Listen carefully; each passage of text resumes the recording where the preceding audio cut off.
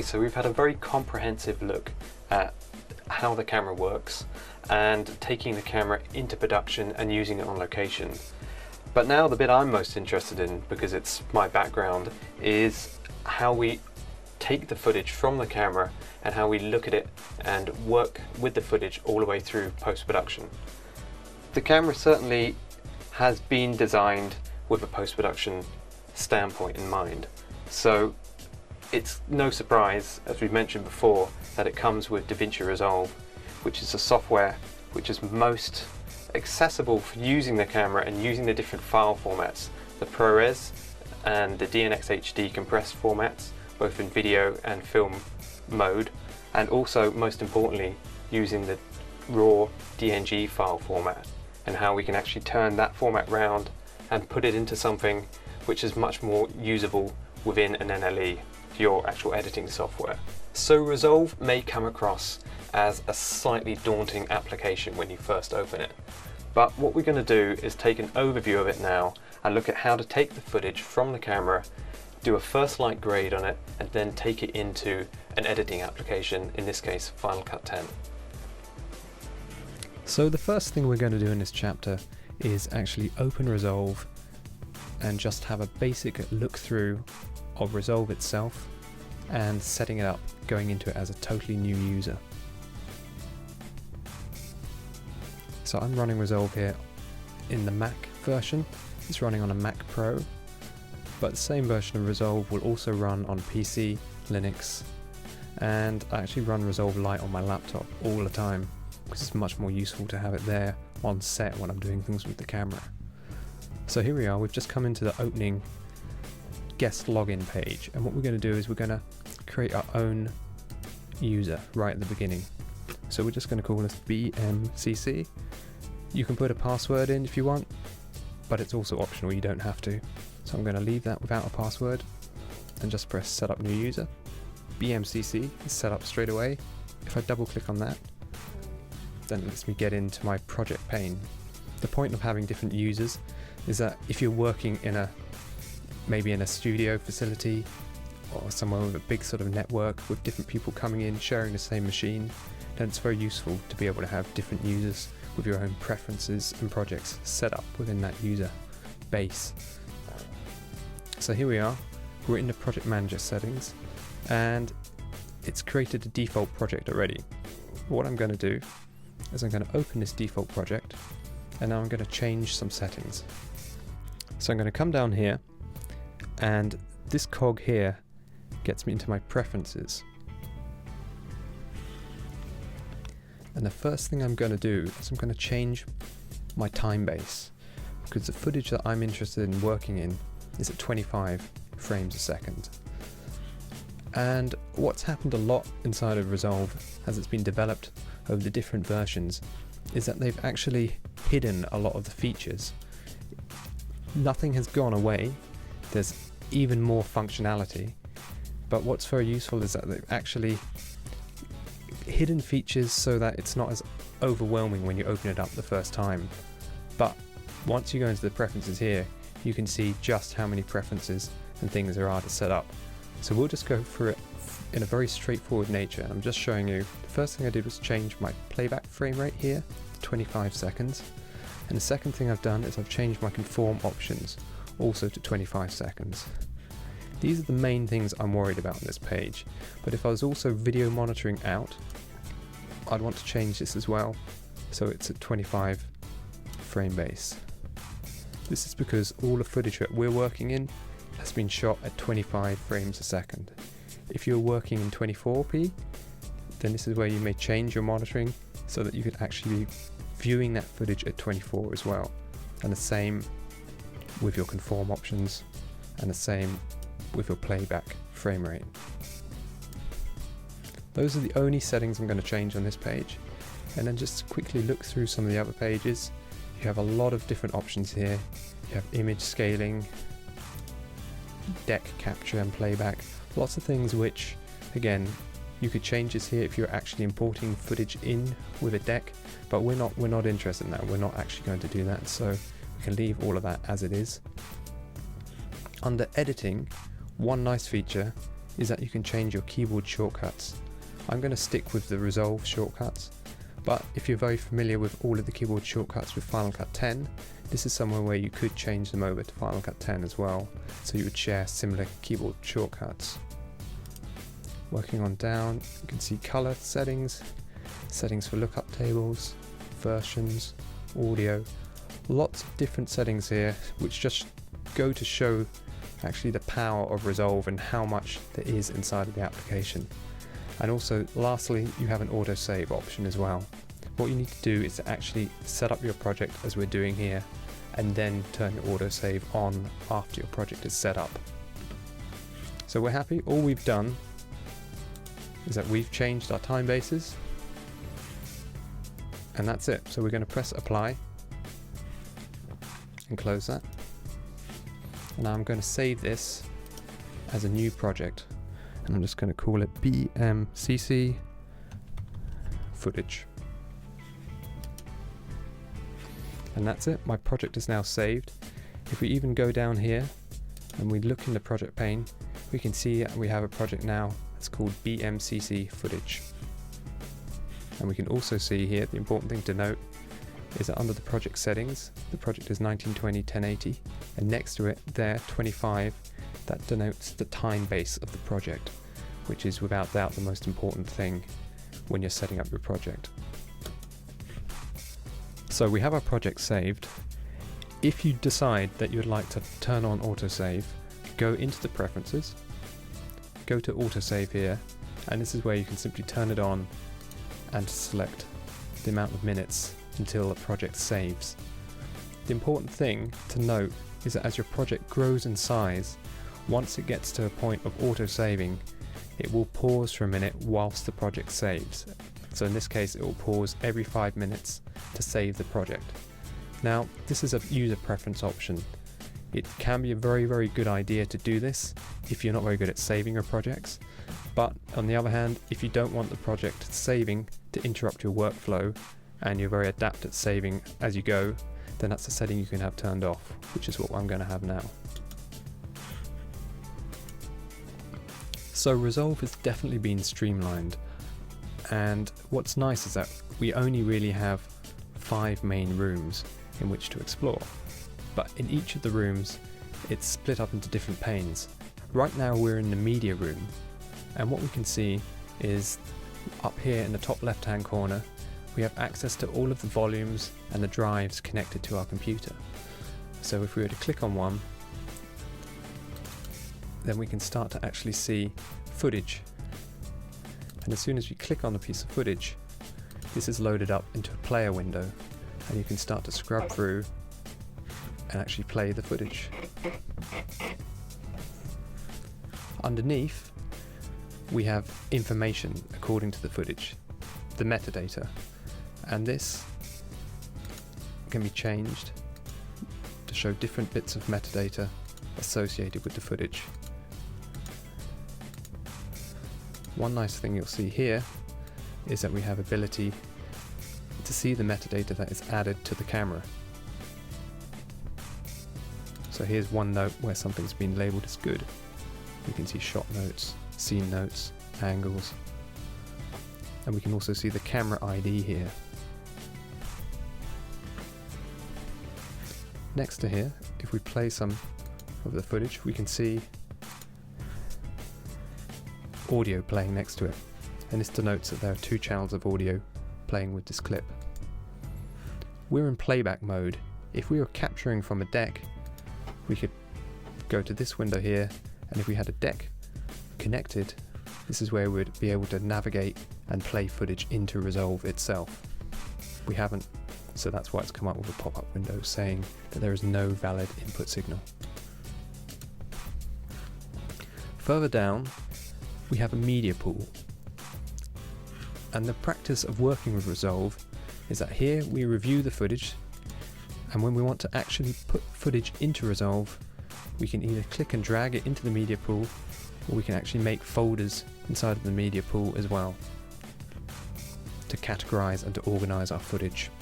But we're going to get into that in the next chapter. The second room inside of Resolve is the conform page. And in this room, it actually looks very similar to that of an NLE, a nonlinear editing application, such as Final Cut 7, Final Cut 10, Premiere or Avid, in the fact that we have a source window, we have a canvas window, and we have a timeline. So to go through this room, starting at the top, we can see here a list of all our timelines that are created, and we can create new timelines at a click of a button. Underneath here, we have again our media pool, and this corresponds to the media pool that we saw here in the first page. So any extra folders that are created here, any media that is dropped in here, will be exactly the same as shown here in this page. Underneath here, we have effects such as video transitions, and this further strengthens the resemblance to an NLE editing application. And if we actually look here, we can see a lot of editing functionality that is possible actually on the timeline. So we could even control click to add new tracks, and the first thing to do if you were going to affect this footage would be to unlock it. But it's worth noting that you can only unlock new tracks you create and not the actual master timeline. So just to show, if we create a new timeline and just call it test, the new timeline will fill with all of the footage here in the media pool, and as you can see here, now it's unlocked, which means that we can actually edit this footage in the same way that you could inside of a non-linear editing application, including some of the useful functions like replace clip, overwrite, insert clip, join clips, and all of the sort of usual tools, roll edit, slip mode. And this is where you can see that you might start using cross dissolves and actually adding things into the timeline here if you were to treat it more like an editing application. But for the purposes of what we're working with, we're just concerned about seeing how we can create timelines and how we can actually see all the footage here on the timeline. Because this timeline here is the timeline that is going to move with us as we go into the next room, the color page. In the color room here, this is without doubt where all of the interesting parts of Resolve happen, because this is where we can get to actually see our timeline that's carried across from the conform page. And here we have all of the tools to actually start grading and working on our images. To give an overview of this room, to start with, on the left hand side we have a viewer where we can see the footage, and below that is a corresponding timeline. To the right we have a gallery page, which we'll look at in the next room, and next to that we have a node page, which shows the way that which Resolve chooses to work with colours. Resolve is a node-based application, and where that differs from layer-based applications such as Adobe After Effects and Photoshop is that where layers work from a top-down or bottom-up way of working, Resolve works from side to side, from left to right, by adding nodes in a serial fashion, but also by being able to add parallel nodes and layer nodes. And what these different nodes mean is that it's different ways in which color correction can be applied. Any amount of color correction and any tool inside of Resolve can be applied into a node. But we're not going to get into too much detail here. All it's safe to know is that Resolve works in a very powerful way by using nodes.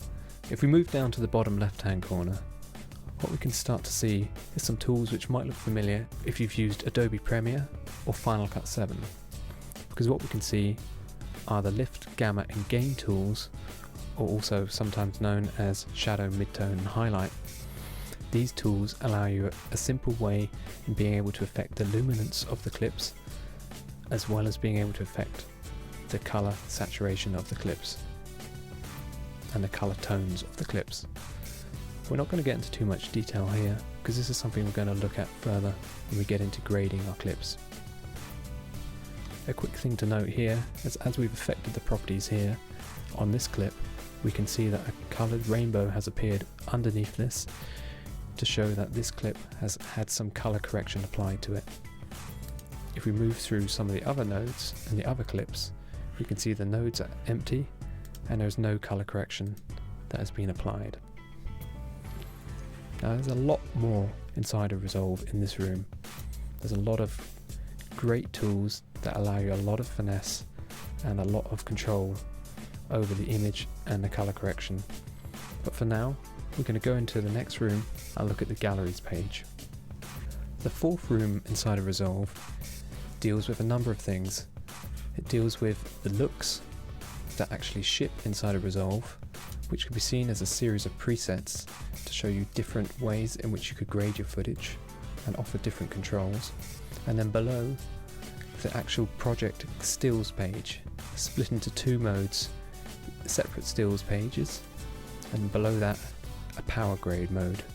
We'll talk about that a little bit later. If we take a few looks here, we can drag these into our stills page, and as we go back to the color page, we can see that these looks become accessible within the color page here inside of Resolve. Should we want to apply one of these looks, we can simply control click and press add correction, and it will start to add the look that we're clicking on.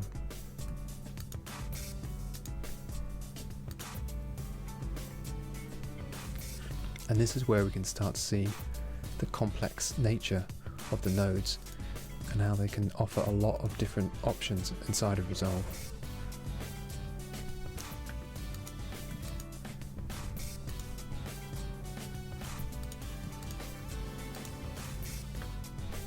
One other way to be able to work is to drag these into the galleries page, and the benefit of working in the galleries page is that these looks can be easily assigned to keyboard shortcuts. So as we work through our timeline, it can be very simple and easy to actually use a keyboard shortcut from the gallery to apply correction as we go.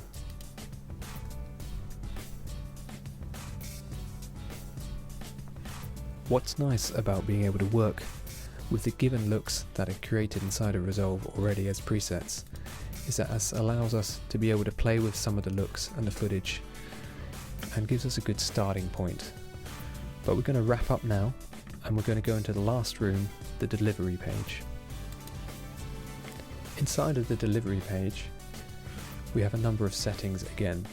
Up at the top we have presets that we can pull up, which immediately offer us a quick way to be able to export to Final Cut Pro or to round trip into Avid. And below basically are all of the underlying options. The different file formats, the different associated codecs, the frame rates, and all of the options, including the very important option of where you're actually going to render your material to.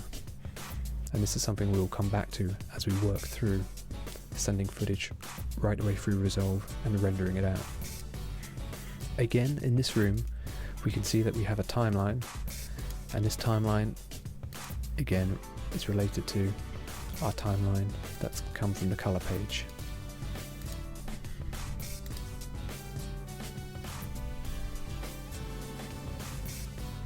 What's helpful to see in Resolve is that in every room the same timeline follows through, right the way from the same timeline in the conform page into the color page, and finally into the delivery page.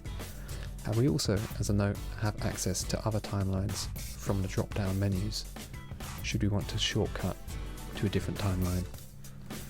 So to summarize the delivery room, what it allows us is to select a file format that we're going to export, which we then add to the render queue, and which we can then start rendering to output our final grade from Resolve.